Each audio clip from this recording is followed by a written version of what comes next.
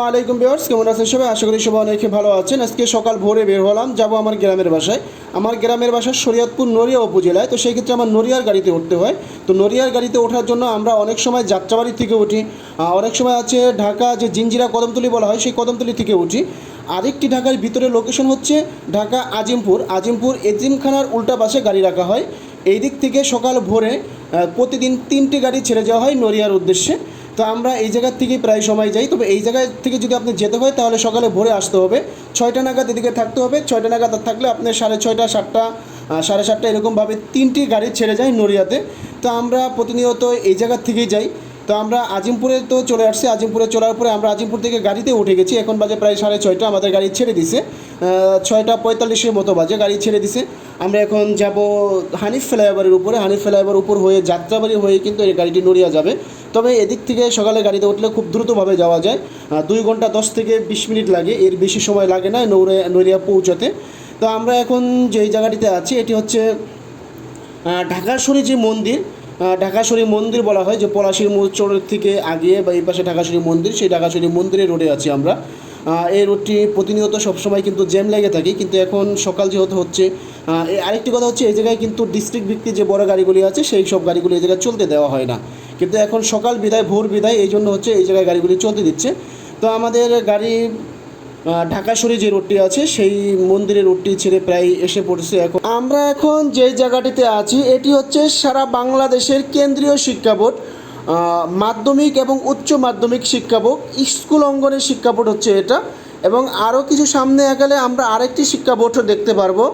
আমরা school board পার হয়ে আসলাম। এখন আমরা যে জায়গাটিতে আছি এটি হচ্ছে মাদ্রাসা বোর্ড, মাদ্রাসা শিক্ষা বোর্ড বা ঢাকা আলিয়া যেটাকে বলা হয়, সেই আলিয়ার সামনে। এটা হচ্ছে বাংলাদেশের মাদ্রাসা অঙ্গনে যত কার্যক্রম চলে সেই মাদ্রাসা শিক্ষা বোর্ড হচ্ছে এটা।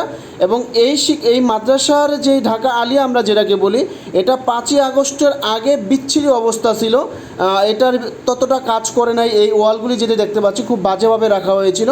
এটা 5 তারিখের পরে এই অঙ্গনটাকে খুব পরিষ্কার করে রেখেছে এবং খুব পরিচ্ছন্নভাবে রাখা হয়েছে। এখন শিক্ষা বোর্ডটা, আলিয়া যে শিক্ষা বোর্ডটা, এটা আসলে এই জায়গায় যে কোনো মানুষ থাকে এটা কিছুটা বোঝা যায়, বা মানুষ এ জায়গায় বসবাস করে সেটাও বোঝা যায়। তো আমরা মাদ্রাসা শিক্ষা বোর্ড পার হয়ে আসলাম। এখন যে জায়গাটিতে আছি, যে পাশের রোডটি দেখতে পেলেন ওটি হচ্ছে ঢাকা চকবাজারের রোড। আপনারা ওই পিছনের রোডটি ধরে আপনার চকবাজারে যেতে পারবেন।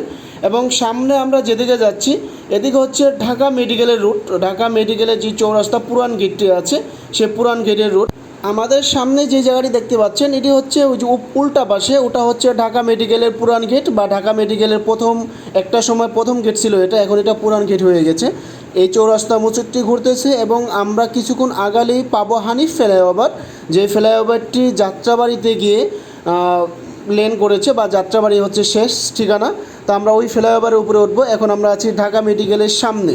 এই ঢাকা মেডিকেলের সামনে দেখুন, এখন সকাল প্রায় 7টা বাজে নাই, এখনও কিছুক্ষণ বাকি আছে। তা সত্ত্বেও এই রুটটি দেখুন আমাদের জ্যামের জন্য কিছুক্ষণ সময় ওয়েট করতে হলো। এই জন্যই এই জায়গায় ডিস্ট্রিক্ট ভিত্তিক যে বড় গাড়িগুলি আছে এই রোডে চলতে দেয় না। এই জন্য আজিমপুর থেকে যে নড়িয়ার গাড়িটি, এটা সকালে পারমিশন দিয়েছে, কারণ সকালে একটু যেহেতু রোডঘাট জ্যাম কম থাকে, তো সেই ক্ষেত্রে সকালে 8টার আগেই তারা এই জায়গার থেকে বিদায় নিতে হবে। ওই পারমিশন দিয়েই কিন্তু তাদেরকে এই জায়গাতে গাড়ি ছাড়ার অনুমতি দিয়েছে। তো দেখতেই পাচ্ছেন যে কি স্লোলিভাবে যাচ্ছে, কারণ কিছুটা জ্যাম আছে। এটা যদি দুপুর হতো বা দুপুরে 10টা 12টা হতো তাহলে কিন্তু এই জায়গায় অনেকটা সময় বসে থাকতে হয়। তো আমাদের কিছুটা জ্যাম ছিল, তো জ্যাম সেরে চলে আসছে। আমরা এখন চলে আসছি চাঙ্গারপুল মোড়। ওই পাশে ডান পাশে যেটা দেখতে পাচ্ছেন এটি হচ্ছে বুরহানুদ্দিন কলেজের গেট, এতে হচ্ছে ঢাকা বুরহানুদ্দিন কলেজে যাওয়া যায়। এখন আমরা যেই মোড়ে আছি এটা হচ্ছে চাঙ্কারপুলের মোড় বলা হয়। এটি হচ্ছে যে হানিফ ফ্লাইওভার। আমরা হানিফ ফ্লাইওভারের বাম পাশে বা ঢাকা বান ইউনিয়নের যে বিল্ডিংটি আছে সেই বিল্ডিংয়ের ডাইন পাশ দিয়ে চলে যাচ্ছি।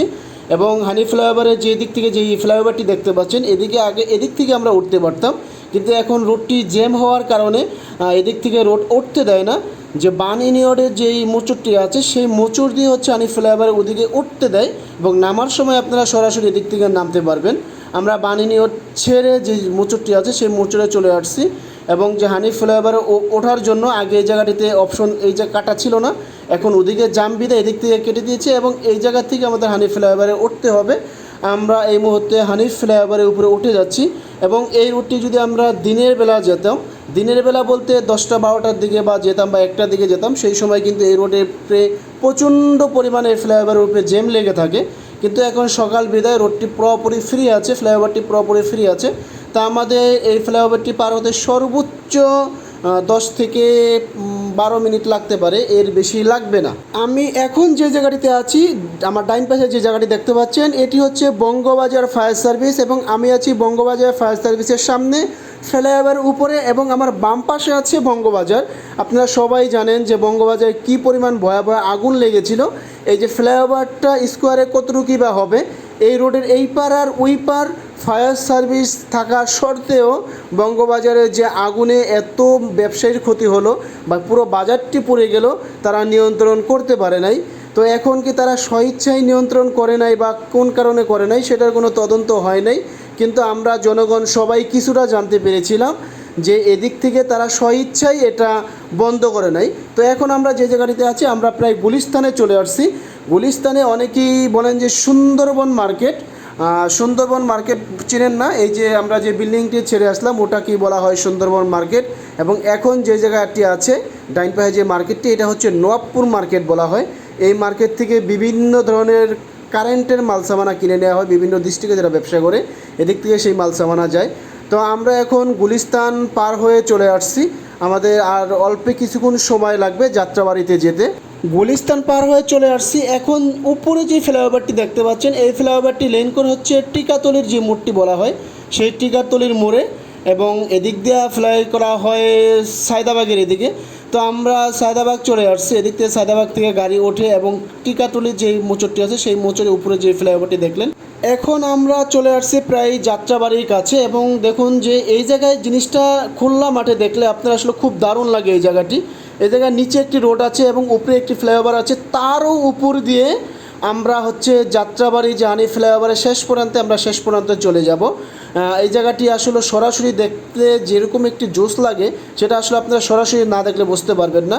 কারণ আমরা এখন যেই জায়গাটিতে আছি, যে উচ্চতায় আছি, এটা প্রায় 12তলা বিল্ডিংয়ের সমপরিমাণ উচ্চতায় আছি আমরা প্রায় হানি ফ্লাইওভারের শেষ প্রান্তে চলে আসছি। এখন আমরা হানি ফ্লাইওভার থেকে নেমে যাব।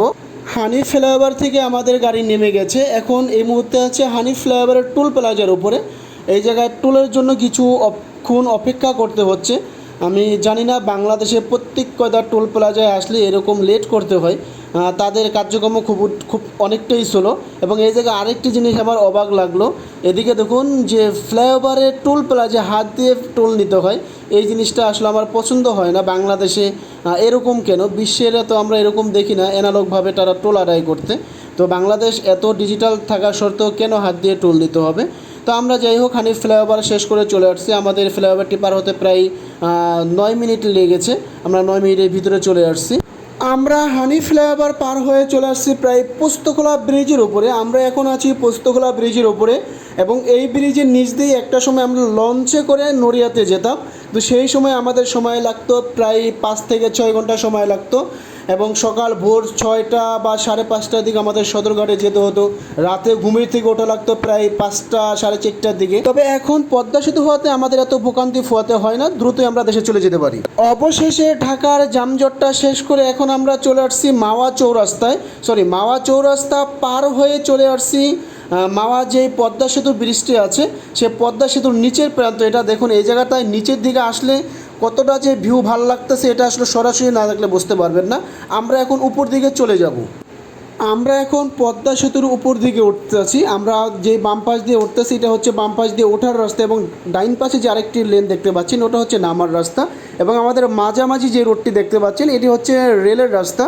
তবে রেল হয়েছে, পদ্মা সেতু হয়েছে, সবই হয়েছে, তবে শরীয়তপুরের জন্য অতটা ফেসিলিটির কোনো কিছু হয়েছে না হয়েছে রোড, না পেয়েছে ট্রাম ট্রেন, কোনো কিছুই পায় না। এটা ফরিদপুরবাসীর জন্য ভালো হয়েছে, কিন্তু আমাদের তেরকম ভোগান্তি বা তেরকম সফলতা আমাদের তেরকম কিছু হয়েছে শরীয়তপুরের মানুষ, নড়িয়ার মানুষ তেরকম কোনো কিছু পায় নাই।